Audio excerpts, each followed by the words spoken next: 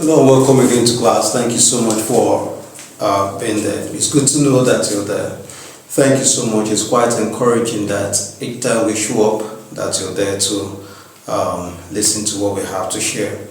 Now, if you've been giving value, please share, like, follow, and also tell others that you're getting value from this.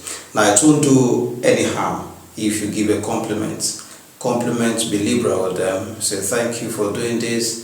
Doing a good job, kudos, congratulations, all are very good. It's going to really go a long way encouraging us. Now, we already wrapped up in the previous class, the last one on dietary iron. Now, I promised we're going to another trace element. Now, these elements are called trace. They are required in small quantity, not because they are not important, that's why we call them minor or trace elements, but because in the very small quantity, very small levels that the animal body or human body needs them, they perform such huge impact, make huge difference. So they calling them a trace, saying they are trace elements doesn't mean that they are not important. It means that the quantity needs just a little quantity to make a very huge impact. Now we are looking at dietary zinc. In the periodic table, the atomic weight is 65. Now, we're looking at the historical perspective. It has come a long way. Now, prior to the 20th century, zinc had been known, metallic zinc had been known and used in metallurgy. But now, we're looking at it from the dietary perspective.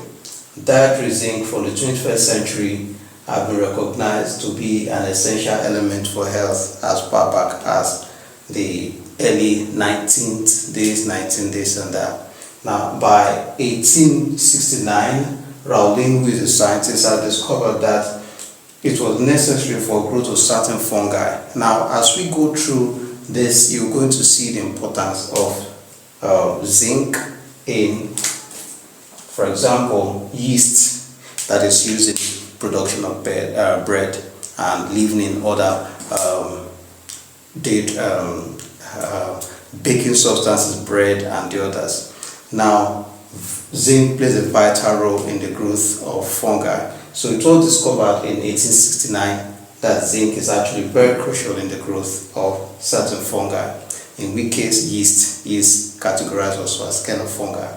Now, by the 1930s, scientists have already confirmed the importance of zinc in animal nutrition, stating that zinc is actually very crucial for the bones. Now, I'm going to give us hints on the usefulness of zinc.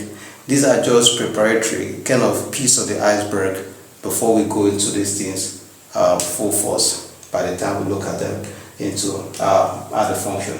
Still on the historical perspective, by the 1960s, in the 60s, we discovered that zinc deficiency already was a issue of concern, especially with respect to individuals living in the Middle East. In the Middle East, there's this common way of eating bread that is unleavened.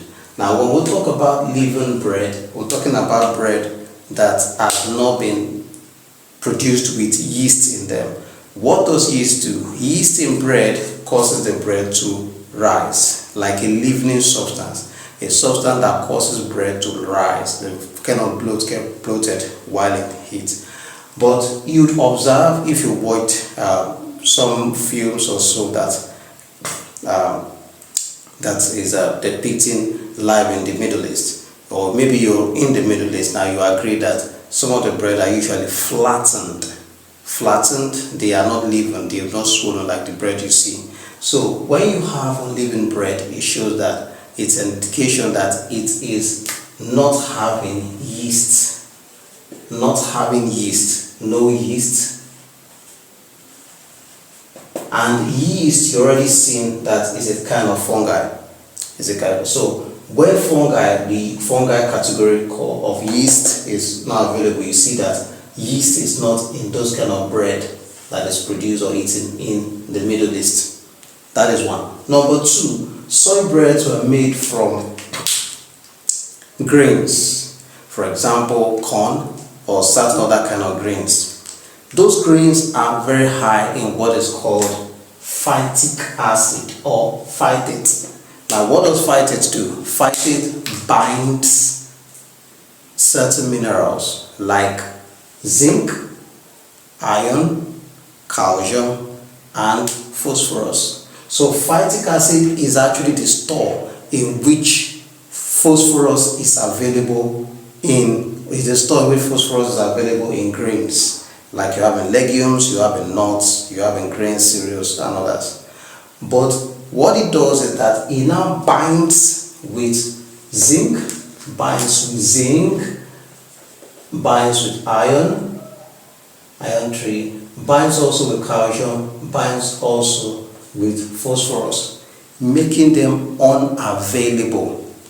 And so diets that, now how do you make them available now? The processes of cooking or fermenting by soaking or other process of breaking the chemical structure of certain food secondary metabolites breaks this phytic acid and then releases these metals, these nutrients, these minerals, and make them available for consumption and for the body to absorb. So phytic acid usually binds the zinc in the kind of bread that is produced in the Middle East, and also on living bread it produces. So you now see that zinc is usually, the bread is usually deficient of this, and bread is a staple food in the Middle East. So by 1960s, it became clear that zinc was actually missing in a staple food in the Middle East.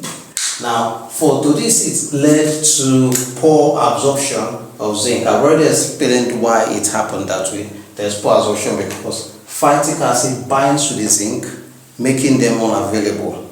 It's not easily, except the food had to be cooked or baked or certain heat application to break up the zinc available. So this caused stunted growth and sexual maturity. So it delayed sexual maturity in certain children and also caused stunted growth. Why? We'll get to see it here. One of the reasons is, we'll go to the hint, because zinc is found to be more present in the bones than in the liver.